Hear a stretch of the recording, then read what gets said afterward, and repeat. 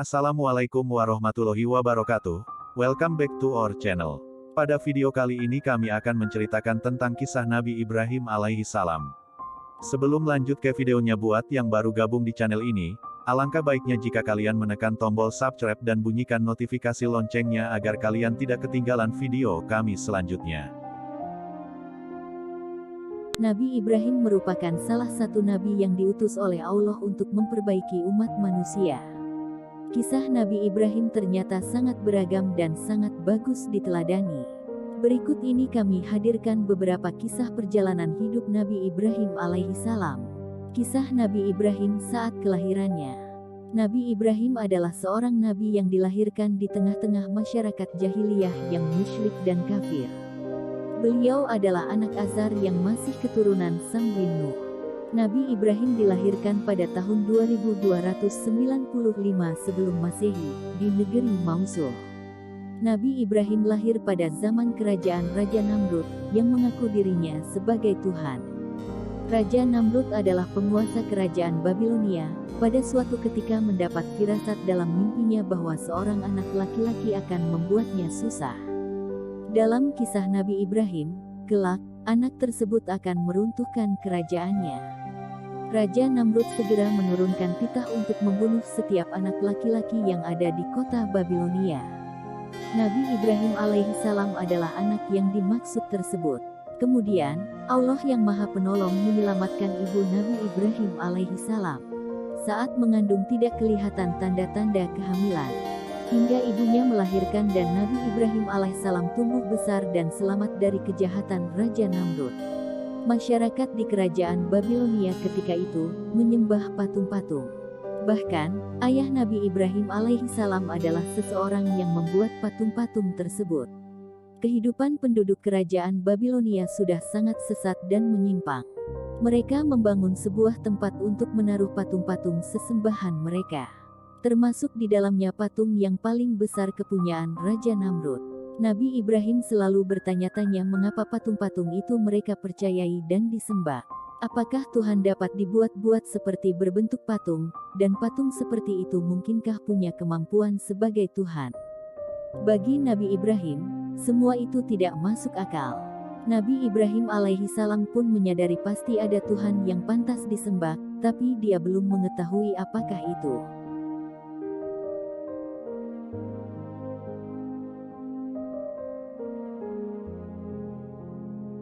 Kisah Nabi Ibrahim sewaktu kecil. Kisah Nabi Ibrahim yang juga mengandung banyak pelajaran adalah, ketika beliau masih kecil. Nabi Ibrahim mengetahui saat beliau masih kecil bahwa ayahnya seseorang yang membuat patung-patung yang unik. Pada suatu hari, ia bertanya terhadap ciptaan ayahnya, kemudian ayahnya memberitahunya bahwa itu adalah patung-patung dari Tuhan-Tuhan. Nabi Ibrahim sangat keheranan melihat hal tersebut, kemudian timbul dalam dirinya melalui akal sehatnya penolakan terhadapnya.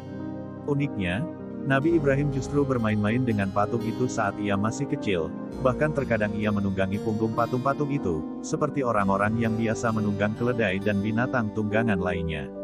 Pada suatu hari, ayahnya melihatnya saat menunggang punggung patung yang bernama Marduk.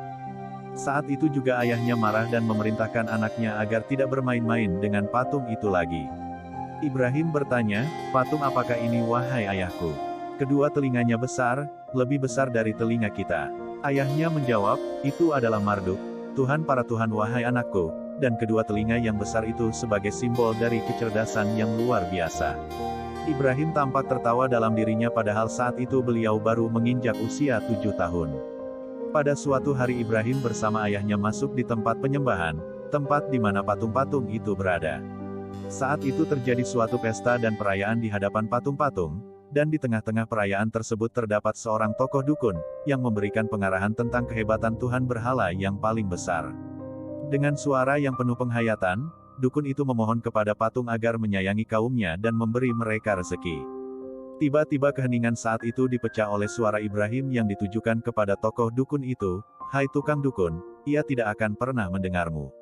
Apakah engkau meyakini bahwa ia mendengar?" Saat itu manusia mulai kaget. Mereka mencari dari mana asal suara itu. Ternyata mereka mendapati bahwa suara itu suara Ibrahim.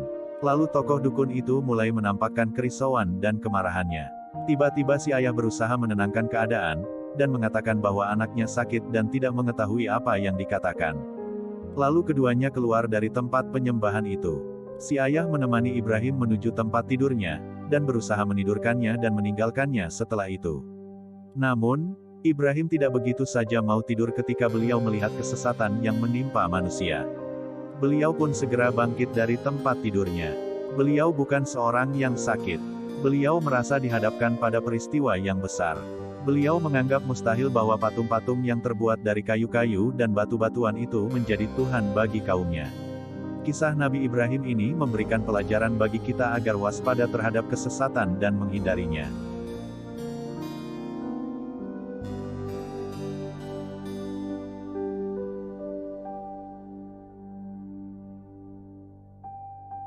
Kisah Nabi Ibrahim mencari Tuhan. Ibrahim keluar dari rumahnya menuju ke gunung. Beliau berjalan sendirian di tengah kegelapan. Beliau memilih salah satu gua di gunung, lalu beliau menyandarkan punggungnya dalam keadaan duduk termenung. Beliau memperhatikan langit. Beliau mulai bosan memandang bumi yang dipenuhi dengan suasana jahiliyah, yang bersandarkan kepada berhala. Nabi Ibrahim alaihi salam akhirnya melakukan pencarian. Tuhan yang harus disembah pasti sesuatu yang istimewa, dan mempunyai kemampuan yang tidak tertandingi. Kemudian Allah memperlihatkan tanda-tanda keagungannya. Allah memperlihatkan bintang, bulan, dan matahari kepada beliau. Namun akhirnya Nabi Ibrahim alaihi salam mulai mengerti, Tuhan yang disembah bukanlah Tuhan berupa benda yang terbit dan tenggelam. Tuhan yang patut disembah adalah Tuhan yang menerbitkan dan yang menenggelamkan. Allah kemudian memberi petunjuk kepada Nabi Ibrahim bahwa Allah adalah Tuhan yang selama ini beliau cari. Nabi Ibrahim yang sudah memiliki kemantapan hati hendak memerangi syirik dan persembahan berhala yang terjadi dalam masyarakat kaumnya, ingin lebih dahulu mempertebalkan iman dan keyakinannya, menenteramkan hatinya serta membersihkannya dari keraguan-raguan yang mungkin sesekali mengganggu pikirannya dengan memohon kepada Allah, agar diperlihatkan kepadanya bagaimana dia menghidupkan kembali makhluk-makhluk yang sudah mati. Berserulah ia kepada Allah, "Ya Tuhanku, tunjukkanlah kepadaku bagaimana Engkau menghidupkan makhluk-makhluk yang sudah mati." Allah menjawab seruannya dengan berfirman, "Tidaklah engkau beriman dan percaya kepada kekuasaanku?" Nabi Ibrahim menjawab, "Benar, wahai Tuhanku, aku telah beriman dan percaya padamu dan kepada kekuasaanmu, namun aku ingin sekali melihat itu dengan mata kepalaku sendiri, agar aku dapat mendapat ketentraman dan ketenangan hati, dan agar kami menjadi tebal dan kukuh keyakinanku kepadamu dan kepada kekuasaanmu." Kemudian Allah mengabulkan permohonan Nabi Ibrahim, dan Allah perintahkan Nabi menangkap 4 ekor burung. Kemudian Allah perintahkan Nabi Ibrahim memperhatikan dan meneliti bagian tubuh-tubuh burung itu, memotongnya menjadi berkeping-keping, mencampur baurkan, kemudian tubuh burung yang sudah hancur luluh dan bercampur baur itu diletakkan di atas puncak setiap bukit, dari 4 bukit yang letaknya berjauhan satu dari yang lain. Setelah dikerjakan apa yang telah diisyaratkan oleh Allah itu, diperintahkanlah Nabi Ibrahim memanggil burung-burung yang telah terkoyak-koyak tubuhnya, dan terpisah jauh tiap-tiap bagian tubuh burung dari bagian yang lain. Dengan izin Allah dan kuasanya, datanglah beterbangan 4 ekor burung itu dalam keadaan utuh bernyawa seperti sedia kala. Begitu mendengar seruan dan panggilan Nabi Ibrahim kepadanya, lalu hinggaplah 4 burung yang hidup kembali itu di depannya. Dilihat dengan mata kepalanya sendiri, bagaimana Allah yang maha berkuasa, dapat menghidupkan kembali makhluknya yang sudah mati, sebagaimana dia menciptakannya dari sesuatu yang tidak. Dan dengan demikian tercapailah apa yang diinginkan oleh Nabi Ibrahim untuk menenteramkan hatinya, dan menghilangkan keraguan di dalam iman dan keyakinannya.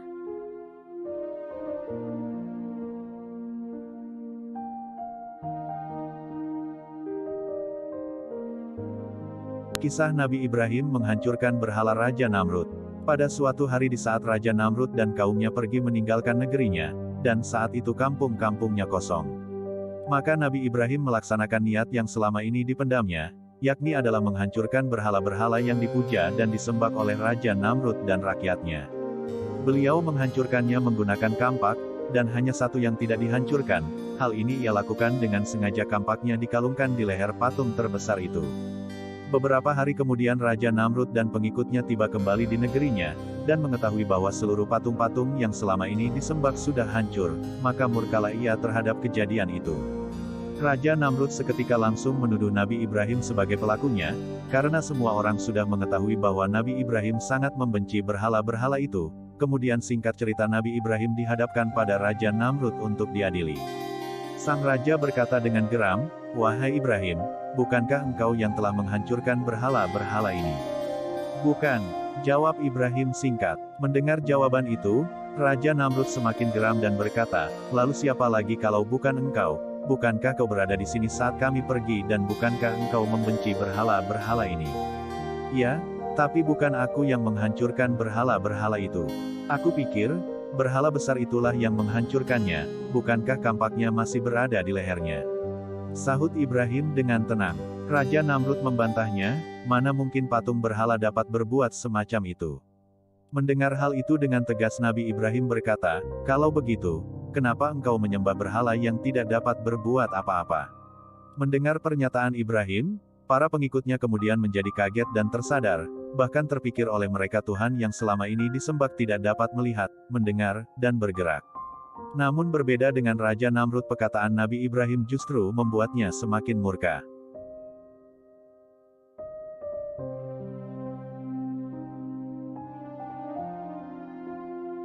Kisah Nabi Ibrahim ketika mendapatkan hukuman. Raja Namrud sangat marah atas kejadian tersebut, akhirnya memerintahkan para tentaranya untuk menghukum Nabi Ibrahim dengan seberat-beratnya. Hukuman yang menurut Raja Namrud tepat untuk diberikan kepada Nabi Ibrahim adalah dihukum mati, dengan jalan dibakar hidup-hidup. Api dinyalakan besar sekali dengan kayu sebagai bahan bakarnya, sementara Nabi diikat dan ditempatkan di tengah-tengah tumpukan kayu. Tetapi Allah lebih berkuasa dalam segala hal. Allah belum menghendaki Nabi Ibrahim mati dan kalah oleh Raja Namrud. Lalu Allah berfirman, yang artinya, kami berfirman, "Hai api, menjadi dinginlah dan menjadi keselamatanlah bagi Ibrahim." Surah Al-Anbiya 69. Saat menyaksikan proses pembakaran itu, Raja Namrud dan para pengikutnya tertawa dengan penuh kepuasan.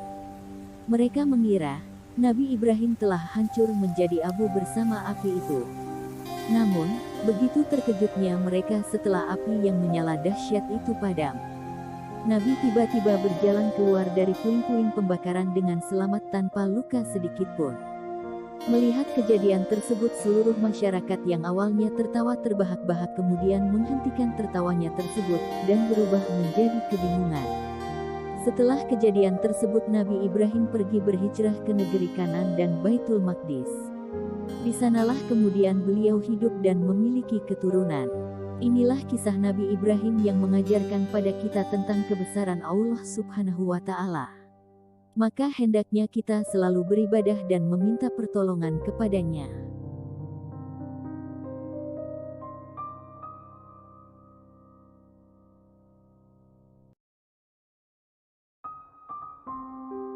Kisah Nabi Ibrahim ketika mendapatkan ujian. Bersama Siti Hajar istrinya, dan Ismail, Nabi berhijrah ke Mekah. Di sanalah beliau membangun Ka'bah, sebagai pusat penyembahan manusia kepada Tuhan. Nabi Ibrahim terkenal sebagai nabi yang banyak berdoa kepada Allah Subhanahu wa Ta'ala. Nabi Ibrahim memiliki dua istri yaitu Sarah dan Siti Hajar, serta memiliki dua putra Ismail dan Ishak, yang keduanya pun menjadi nabi dan rasul Allah. Ismail dilahirkan oleh Siti Hajar dan Ishak dilahirkan oleh Sarah. Beliau menikah dengan Hajar karena bersama Sarah tidak dikaruniai anak, kemudian Sarah meminta Ibrahim untuk menikahi budaknya Hajar, dan lahirlah Ismail. Namun, kemudian tidak lama Sarah akhirnya memiliki putra yang diberi nama Ishak. Ketika seorang putra Ibrahim tumbuh telah mencapai usia dewasa, Allah hendak menguji kesetiaan Ibrahim terhadap perintah-perintahnya, melalui sebuah mimpi tentang penyembelihan anak. Dalam kisah Nabi Ibrahim, keimanan beliau, yang telah berhasil menghadapi ujian-ujian sebelumnya, sama sekali tidak berubah sewaktu menerima perintah ini. Ibrahim mengajak putranya berangkat untuk melaksanakan perintah Allah. Ia tidak sedikit pun mengeluh ataupun memohon keringanan dari Allah tentang perintah ini, melainkan ia melaksanakan sebagaimana yang Allah perintahkan. Ketika Ibrahim membaringkan putranya untuk melaksanakan perintah Allah, terlebih dahulu ia meminta tanggapan dan persetujuan dari sang putra yakni Ismail. Ibrahim berkata, "Wahai putraku, sesungguhnya aku melihat dalam sebuah mimpi, bahwa aku menyembelihmu, maka sampaikanlah apa pendapatmu." Putranya menjawab, "Wahai ayahku, laksanakanlah apa yang diperintahkan kepadamu, dengan perkenan Allah, kamu akan mendapatiku termasuk orang-orang yang sabar." Tatkala putranya telah merelakan diri, serta Ibrahim telah bersiap mengulurkan tangan untuk menyembelih putranya, seketika Allah memanggil Ibrahim supaya menahan tangannya, sebab tindakan ini membuktikan bahwa Ibrahim bersedia melaksanakan apapun untuk Allah, juga membuktikan wujud seorang hamba yang berbakti, serta seorang sosok yang terpercaya bagi Allah. Kemudian Ibrahim mendapati seekor sembelihan besar sebagai kurban pengganti putranya. Nabi Ibrahim mendapatkan tempat khusus di sisi Allah Subhanahu wa Ta'ala. Ibrahim termasuk salah satu Nabi Ulul Azmi, di antara 5 Nabi, di mana Allah SWT mengambil dari mereka satu perjanjian yang berat. Kelima Nabi itu adalah Nabi Nuh, Nabi Ibrahim, Nabi Musa, Nabi Isa, dan Nabi Muhammad SAW, sesuai dengan urutan diutusnya mereka.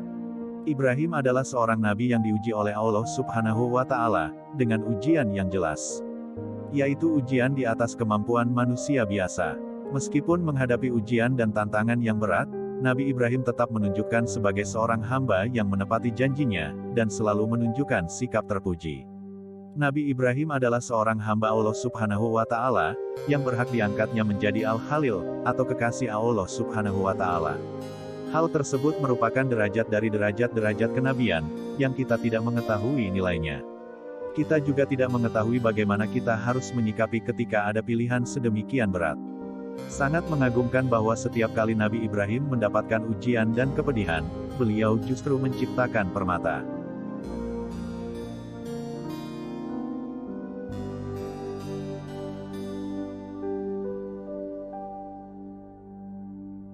Wafatnya Nabi Ibrahim diceritakan dalam kisah Nabi Ibrahim, ketika memasuki umur 150, Allah menampakkan uban pada rambut Nabi Ibrahim. Ulama berkata, alasan Allah memunculkan uban kepada Nabi Ibrahim adalah karena Ishak, putra beliau sangat mirip dengan beliau. Masyarakat di sekitar tempat tinggal beliau tidak bisa membedakan antara keduanya. Orang datang kepada Ishak dan menyangka bahwa dia adalah Ibrahim. Orang tersebut menyapa, "Assalamualaikum, wahai Khalilullah." Akhirnya Ishak menjawab, "Aku adalah anak dari Khalilullah. Ia lebih baik daripada aku. Dia bak tuanku dan aku ibarat budaknya." Saat orang-orang mulai tidak bisa membedakan antara Nabi Ibrahim dan Nabi Ishak, maka Allah memberinya tanda berupa uban. Namun, Nabi Ibrahim merasa sedih melihat rambut ubannya yang memutih. Tetapi, beliau tidak bisa menolak apa yang dialaminya. Nabi Ibrahim adalah orang yang pertama kali beruban dari keturunan Nabi Adam. Kemudian juga diriwayatkan, ketika malaikat maut hendak mencabut nyawa Nabi Ibrahim alaihissalam, maka beliau berkata, "Hai malaikat maut, apakah kamu pernah tahu seorang kekasih mencabut nyawa orang yang dicintainya?" Maka malaikat maut naik ke langit untuk melaporkannya kepada Allah Subhanahu wa Ta'ala. Lalu Allah berkata, "Katakanlah kepada kekasihku, apakah seorang kekasih tidak suka bertemu dengan orang yang dicintainya?" Lalu malaikat maut kembali kepada Nabi Ibrahim. Dia menyampaikan apa yang dikatakan Allah Subhanahu wa Ta'ala. Mendengarnya, Nabi Ibrahim berkata kepada dirinya, "Tenanglah dirimu untuk saat ini." Kemudian malaikat maut mencabut nyawa beliau. Nabi Ibrahim dikuburkan di perkebunan Hairun, adalah sebuah kebun miliknya, yang sebelumnya beliau berwasiat agar dikuburkan di sana. Semoga kisah kehidupan Nabi Ibrahim tersebut bisa menjadi pelajaran untuk kita semua. Jangan lupa like, komen, dan subscribe-nya. Juga nyalakan notifikasi loncengnya agar kalian tidak ketinggalan video kami selanjutnya. Wassalamualaikum warahmatullahi wabarakatuh.